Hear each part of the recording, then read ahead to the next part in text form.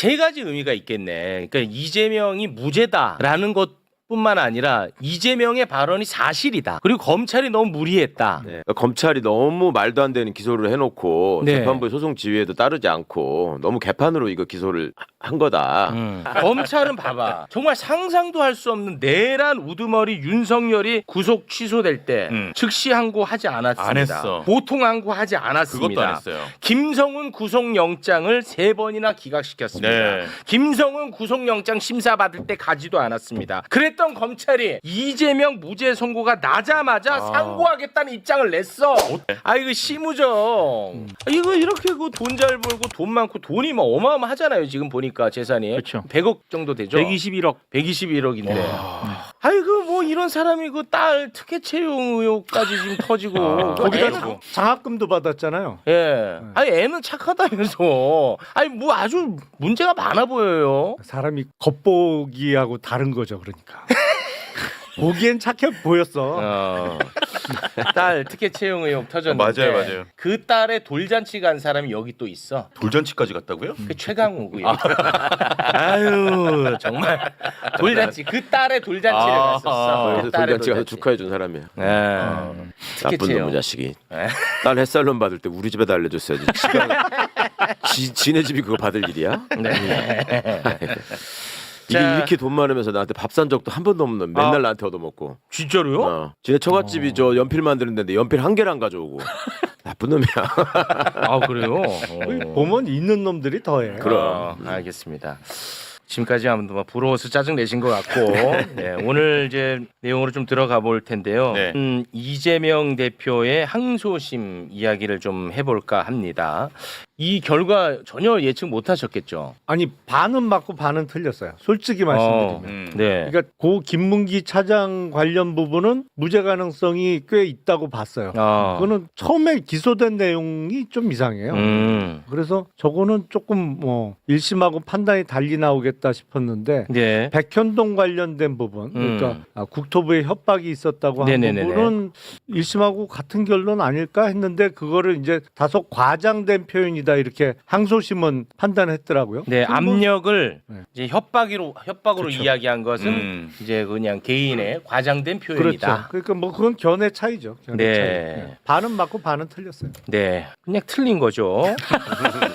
그 핵심 쟁점은 어제 뭐 저희가 자세하게 다루긴 했습니다만 세 가지 발언이 이 거짓말이냐 아니냐 이거였어요. 예. 대장동 개발과 관련해서 김문기 몰랐다. 그리고 골프 친 것처럼 사진이 조작됐다. 요거 다 이제 무죄 나왔습니다. 그리고 백현동 개발과 관련해서는 국토부의 협박 때문에 용도 변경해 주었다. 이 발언 재판부는 이제 장기간 압박받은 거 맞다. 근데 협박은 압박을 과장한 표현이지 허위사실 공표 아니다. 네. 무죄. 이런 이제 선고가 나왔는데 현장에 계셨죠. 네. 제가 뭐 하실 말씀 굉장히 많겠지만 일단 요거 하나 여쭤보고 좀 가고 싶습니다. 내란 수계 체포를 막은 김성훈 구속영장 실질 심사에는 검사들을 한 사람도 안 갔습니다. 이 어마어마한 사건인데 그쵸, 한 맞아요. 사람도 안 갔어. 네. 그런데 이 뭐 거짓말 했냐 안 했냐 뭐 이 재판이야. 어제는 여기에 그 검사 몇 명 좀 와 있던가요? 어제는 3명 들어왔는데 3명. 의외였던 게 비교적 연차가 높은 선임 검사들보다는 그 아래 연차 검사들이 주로 들어와 있는 것 같더라고요. 그래서 이 뭐 불길한 기운을 느꼈나 저들이 그런 생각을 들었어요. 아니 이상하게 무게감에 비해서 자기들이 한 거에 비해서는 너무 조금 들어와 있더라. 네. 오. 좀 이상하다 싶었어요. 그걸 못 시작하면서. 느꼈다 보면 비정상이죠. 항소심 진행 과정에서 재판부가 계속 공소사실을 지적했잖아요. 이게 뭐냐. 도대체 너네가 주장하는 포인트가 뭔지를 모르겠다. 이거를 예. 돌아가면서 3명의 판사가 계속 지적을 했다고 하던데 그것도 되게 이례적인 일이거든요. 그래서 아마 감지를 한 것 아닌가 싶기도 예, 하고 그 실제로 뭐 1심에서도 공소장 변경을 했지만 항소심에서도 변경을 했잖아요. 재판장은 허위 사실이 어떤 발언이 어떤 허위 사실에 특정되는 것이냐 정리해라. 예. 그리고 특히 백현동 용도 변경 관련해서는 니들이 공소장에 적어놓은 걸 보니까 전체 발언의 일부를 중략을 했더라. 그래서 글자 수로 따지면 아마 전체 발언 중에 한 3분의 1 정도만 조각조각 잘라서 짜깁기 해서 공소장에 써놨거든요. 근데 이 변경된 공소장을 저는 그동안 못 봤었어요. 근데 판결문에 이 변경 공소장을 붙여놨습니다. 30페이지 정도. 네. 그래서 변경된 공소장을 드디어 봤는데 네. 변경된 공소장을 봐도 크게 달라진 게 없어요. 그러니까 바꿔가지고 수정해서 가져오라고 그러는데 여전히 오답 노트를 제출하고 있으니까. 그럼 어제 그 항소심은 세 가지 의미가 있겠네. 그러니까 이재명이 무죄다라는 것뿐만 아니라 이재명의 발언이 사실이다. 그리고 검찰이 너무 무리했다. 네. 이런 것이 다 의미로 포함되는 거죠. 그 변경된 공소장을 판결에다가 첨부해서 함께 했다라는 거는 저는 처음 듣는 얘기예요. 그렇게 안 하거든요. 그러니까 앞 판결문 내용에다가 원래 공소장이 이랬는데 공소사실 이렇게 바꿨다라고 언급하고 이제 그다음에 판단으로 넘어가는 건데 네. 그거를 그대로 그냥 고스란히 전문을 다 붙였다는 거잖아요. 전체 판결문이 딱 100쪽이에요. 그래서 판결문이 좀 길다. 그리고 뒤에서부터 좀 봤거든요. 예. 일부러. 근데 뒤에서 봤는데 이게 판결문이 아니고 무슨 공소장이 써 있는 거예요. 그래서 쭉 넘겨보니까 31쪽, 32쪽이 변경 공소장 내용을 그대로 옮겨갔다가 붙여놨고 판결문 마지막에 이제 그 판사들 이름 쓰고 하지 않습니까? 그게 68쪽에 나와요. 네. 그러니까 뒤에는 다 변경 공소장. 실제로는 그러니까 70페이지가 조금 안 되는 네. 판결문이네요. 예. 뒤에 공소장 붙여놓은 거는 뭐 판결문이라고 보기는 아니 어려우니까. 김 의원은 봤어요? 공소장 붙이는 거 저도 처음 봐요. 현직 시절에도 그런 네. 일은 없잖아요. 네. 그 연수원에서도 그렇게 하면 안 된다고 가르치는데. 그렇지. 그래서 이게 진짜- 뭔가 의미가 있을 것 같아서 예. 재판장의 선고 결과와 이 판결문 뒤에 공소장을 붙여놓은 걸로 봐서는 네. 좀 전에 말씀드린 것처럼 검찰이 변경허가 신청을 해서 공소장을 바꿨는데 그 내용조차도 재판부에서 요구했던 것이 충분히 반영되지 않았어요. 특히 백현동 관련해서는 그렇습니다. 다들 뭐 아실 만한 분들은 아시겠지만 백현동 관련해서 이재명 대표가 국감장에서 한참 발언한 것을 네. 정말 문장을 잘라서 이어붙인 게 아니고요. 단어를 잘라서 이어붙였어요. 그 재판장도 어제 판결을 하면서 지적을 했는데 크게 두 덩어리의 발언이었다. 네. 앞에 부분은 2011년에서 14년 초까지의 발언, 5개 공공기관 이전 부지에 대한 발언이고 네. 뒷부분은 2014년 후반기에서 2015년까지의 발언, 식품연구원 부지 용도 변경에 관한 발언. 그 뭐 우리가 흔히 듣는 뭐 의무조항, 직무유기, 협박 이런 워딩들은 앞부분에서 나와요. 그러니까 식품연구원 용도 변경의 원인 행위가 이 압박이 아니었어요. 전혀 별개 동떨어진 두 가지 행위를 섞어버렸구나. 단어를 갖다가 짜깁기 해가지고 섞어버려서 1심에서 그대로 인정을 했던 거예요. 그러니까 재판장이 야 니들 왜 이렇게 중략을 해놨어? 원문을 다 실어야지. 그런데도 원문을 다 안 싣고 그렇게 짜깁기 해놓은 공소장을 그대로 제출한 거예요. 앞에만 조금 첨가를 했고. 그러니까 재판부에서 볼 때는 너무나 황당할 거 아닙니까?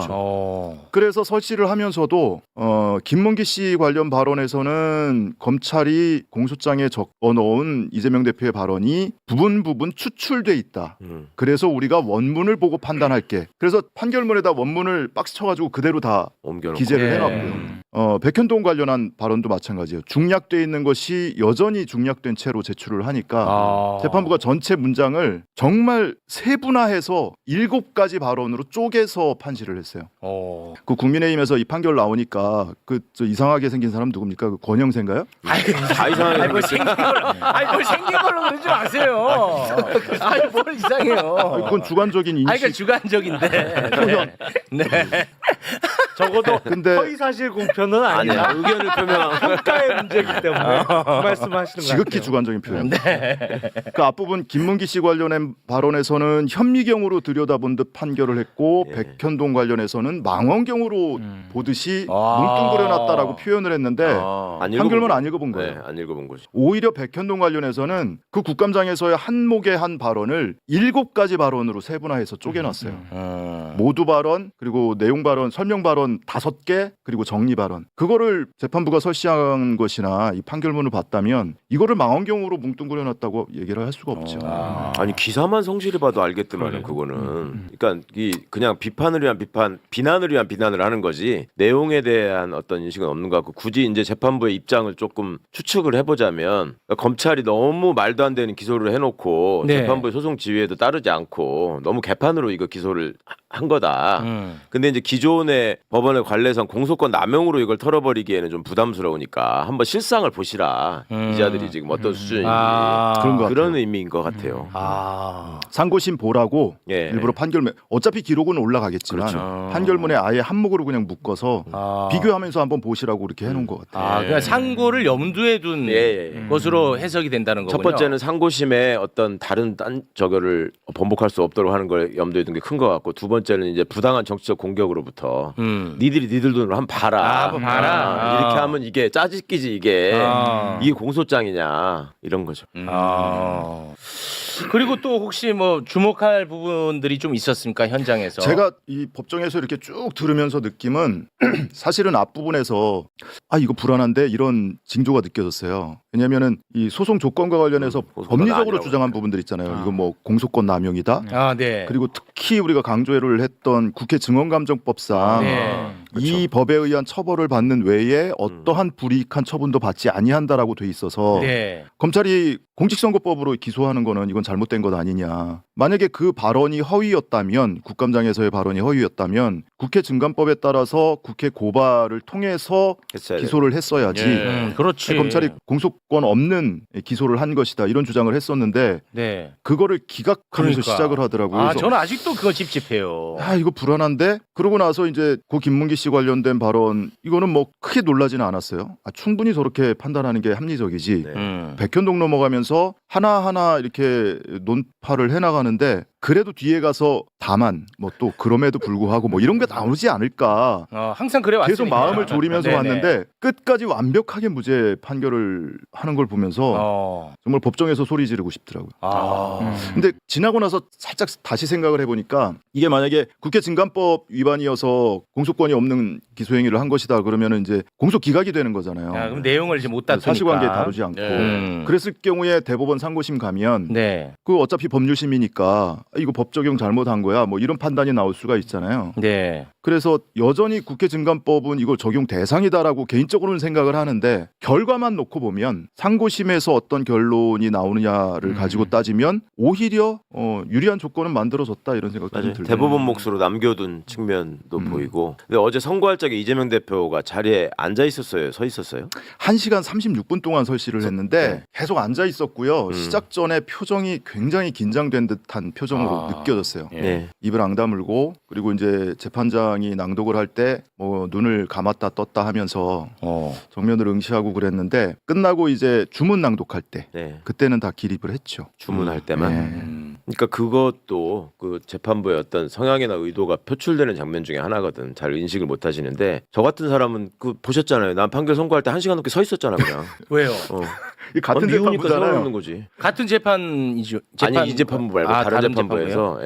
그냥 업무방해, 항의 차원에서 업무방해 서 사건이에요. 있었어요? 업무방해 사건 때. 아니요, 서 있으라고 한 거죠. 서 있으라고 한 거야. 서 있으라고 한 거라고. 그렇게 사람 괴롭히는 거죠. 이제. 그래요? 그래. 어제 이재명 대표 무죄 선고 이후에 가장 억울한 일이냐 얘기 들어보면 너무 억울해. 그래. 같은 재판부에서 이재명, 손준성 무죄고 나만 유죄야 지금.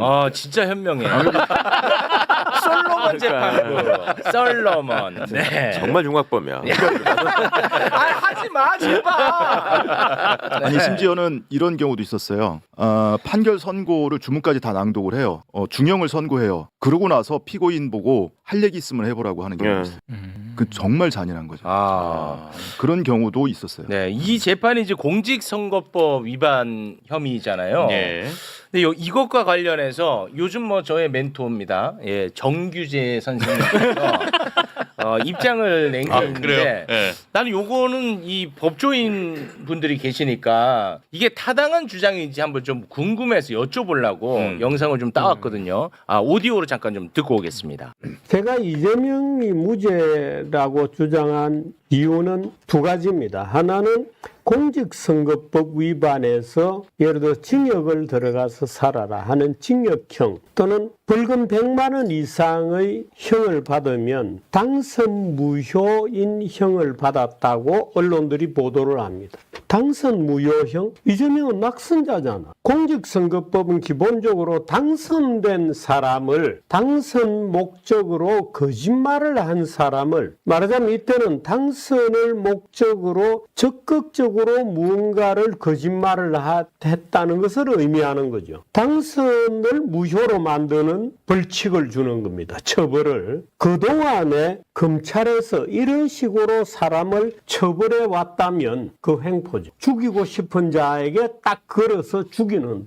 이게 어때요? 이게 그 타당한 주장인가요? 저는 이제 잘 모르니까. 저도 무슨 말씀인지 잘 모르겠는데. 아니, 그러니까 이제 공직선거법이라는 것은 그렇죠. 이게 뭐 당선자. 100만 원 이상 선고를 받아버리면 당선 무효형에 해당되고 피선권을 박탈당하지 않습니까? 네. 그렇기 때문에 당선자에 한해서 적용되는 게 타당하다. 우리가 실제로 그렇게 해왔고 뭐 그런 주장 같은데 어떻습니까? 그렇죠. 그러니까 맞는 당선이 말이에요? 되는 과정에서 불법을 저질러 가지고 국민들의 의사를 왜곡시킨 결과를 초래한 거잖아요. 네. 그게 당선이 돼버렸다라고 하는 네. 거예요. 네. 그러니까 그거에 대해서는 무효로 응징을 하고 가혹한 처벌을 할 수 있는 건데 네. 떨어진 사람은 이미 심판을 받은 거란 말이야. 네. 그럼 선거에 나가서 그러면은 그러면 그걸로 끝나야 되는 거지. 낙선 무효니까 당선인가요? 이제 그런 점을 지적하는 거죠. 법률적으로는 조금 정확하지 않은 게 그러니까 허위사실 공표죄라는 건 두 가지 종류가 있어요. 저기서 언급한 당선 목적의 허위사실 공표가 있고 네. 또 하나는 낙선 목적의 허위사실 공표예요. 그러니까 상대. 저 사람을 아, 떨어뜨리기 위해서 거짓말한 경우. 그런데 선거 결과 떨어뜨리려고 했는데 저 사람이 당선이 됐어. 그러면 낙선 목적으로 허위사실을 얘기한 사람이 처벌을 안 받느냐? 처벌 받죠, 당연히. 저 사람을 떨어뜨리려고 했는데 목적을 이루지 못했지만 낙선 목적으로 허위사실을 얘기했으면 처벌 받는다고. 네. 그러니까 당선 목적도 법률적으로는 똑같아요. 될 목적으로 허위사실을 공표했는데 당선이 되지 못했어. 그렇다고 처벌을 안 받느냐? 그건 아닌 것이죠. 그건 그러니까 아니다. 법률적으로는 조금 정확하지는 않은 아니죠. 얘기인데 지금 상대가 다르잖아요. 낙선 목적은 내 상대방 후보를 떨어뜨리려고 허위사실을 유포한 거고 아니 그러니까 이재명 대표는 자기 얘기를 가지고 지금 시비를 네, 거는 내 거야. 얘기죠. 아니 그러니까 저 사람을 떨어뜨리려고 내가 거짓말을 얘기했는데 저 사람이 떨어지질 않고 당선이 됐어요. 그렇다고 낙선 목적의 허위사실 공표죄가 처벌을 안 받느냐? 그건 아닌 아니, 그러니까 거죠. 그 말은 처벌 맞다니까. 받는 거지. 네, 근데 이 경우는 아니라는 거지. 이거는 이제 그러니까 다만 그 당선 목적의 허위사실 공표에 대해서 피선거권 박탈형을 선고하는 게 맞냐? 그러니까 그거는 조금 참작할 만한 사유는 되는 거죠. 그러니까 뭐 법적으로 뭐 낙선자를 기소하는 것이 불가능하냐 김영남 의원 말씀하신 대로 할 수 있죠. 할 수는 있죠. 근데 이번에 검찰이 상고하면서 뭐라고 합니까? 경험칙과 상식에 반한다고 하잖아요. 네. 이렇게 기소하는 게 경험칙과 상식에 반하는 거예요. 지금까지 이런 적이 없어요. 지금까지. 더더군다나 대통령 선거에서 누군가 떨어지고 누군가 당선이 되면 윤석열이 당선자 아닙니까? 당선자가 공직선거법 위반 죄를 저질렀다고 해서 기소됩니까? 공소시효 정지되고 기소 안 되잖아요. 내란 외환 아니면 기소 안 되지 않습니까? 근데 자기의 상대방을 선거 끝나고 똘똘 말아서 기소를 해요. 그것도 매우 억지스럽게. 그 보복이지. 이런 전례가 어디 있냐고요. 네. 예전 같으면 대통령 선거 때 큰 선거 치르면 서로 뭐 다 취하했어요. 언론 캠페인을 위해서라도 막 서로 고소고발해요. 근데 끝나고 다 국민 화합 차원으로 다 취하하고 그렇게 하고 넘어가는 게 우리 그 정치 관행이었어요. 그게 경험칙이죠. 네. 그게 그게 경험칙이고 경험칙에 상식이에요. 해당하는 거고. 기소 그건 자체가 맞아요. 경험칙과 그건 상식에 아이고 반하는 말 나온 거죠. 김에 이 검찰 한번 혼내고 가야 네, 돼. 네. 아니 잠깐 그 전에 네. 이 발언한 시기도 아까 그냥 쓱 넘어갔네요. 보세요. 2011년 발언. 그렇죠. 2014년 지금 2025년이에요. 이거를 지금 15년 전 거를 따져가지고 이때 태어난 애가 지금 중학생이야. 이 뭔 짓이냐고 이게. 2021년 발언. 21년? 예, 아니, 21년 그러니까 뭐 발언. 이재명 발언이요? 이재명 발언 과거에. 이재명 2021년. 아니 저 2000 백현동 거는 성남시장 때 일이잖아요. 근데 그 그건 일은 예, 성남시장 때. 그러니까 그 일은 거의 이제 성남시장 때 있었어요. 시절이고. 그러니까 그 시절에 관련된 일. 맞아요. 네. 그 발언과 관련해 가지고. 그렇죠. 네. 2011년 때 발언 맞습니다. 네. 자, 그럼 그러면 검찰이 진짜 문제인데 아무튼 네. 오늘 검찰 출신 한 명만 내 눈에 띄어라. 검찰은 봐봐. 정말 상상도 할 수 없는 내란 우두머리 윤석열이 구속 취소될 때 즉시 항고하지 않았습니다. 안 했어. 보통 항고하지 않았습니다. 그것도 안 했어요. 김성훈 구속영장을 3번이나 기각시켰습니다. 네. 김성훈 구속영장 심사받을 때 가지도 않았습니다. 그랬던 검찰이 이재명 무죄 선고가 나자마자 상고하겠다는 입장을 냈어. 어떻게 이렇게 달라? 이거 진짜 너무 뻔뻔하잖아. 네, 네. 이유가 뭐랍니까? 잘 이해가 안 가긴 합니다만 네. 어찌됐든 이 항소심 법원의 판단은 일반 선거인들의 생각과 너무나도 괴리된 경험칙과 상식에 부합하지 않는 판단이라고 생각이 된다. 그래서 최종심인 대법원에서 항소심의 위법을 시정할 수 있도록 조치할 예정이다. 라고 입장을 밝혔습니다. 이렇게 일반 선거인 진짜 이해 안 이게 된다, 정확하게 2시간 반 만에 입장 나온 거거든. 2시간 반 만에. 와 이렇게 그 스피드가 빨랐나? 이거는 빨라 또. 이렇게 스피드가 빨랐다고. 정적 제거할 때는 참 빨라. 진짜 해도 너무한다 이거야 나는. 네, 진짜 노골적이죠. 아니 이 진짜 너무해. 그래서 이러한 이제 검찰의 행태에 대해서 이재명 대표가 이제 무죄 선고 받고 나와서 예. 검찰에 대해서 또 한마디 했거든요. 네, 그 장면 잠깐 영상으로 보고 오겠습니다. 진실과 정의에 기반해서 제대로 된 판결을 해주신 재판부에 먼저 감사드립니다. 한편으로 이 당연한 일들을 이끌어내는데 이 많은 에너지가 사용되고 국가 역량이 소진된 것에 대해서 참으로 황당하다는 생각이 듭니다. 이 검찰이 또 이 정권이 이재명을 잡기 위해서 증거를 조작하고 사건을 조작하느라 썼던 그 역량을 우리 산불 예방이나 아니면 우리 국민들의 삶을 개선하는 데 썼더라면 얼마나 좋은 세상이 됐겠습니까? 이제 검찰도 자신들의 행위를 좀 되돌아보고 더 이상 이런 국력 낭비하지 않기를 바랍니다. 사필 기정 아니겠습니까?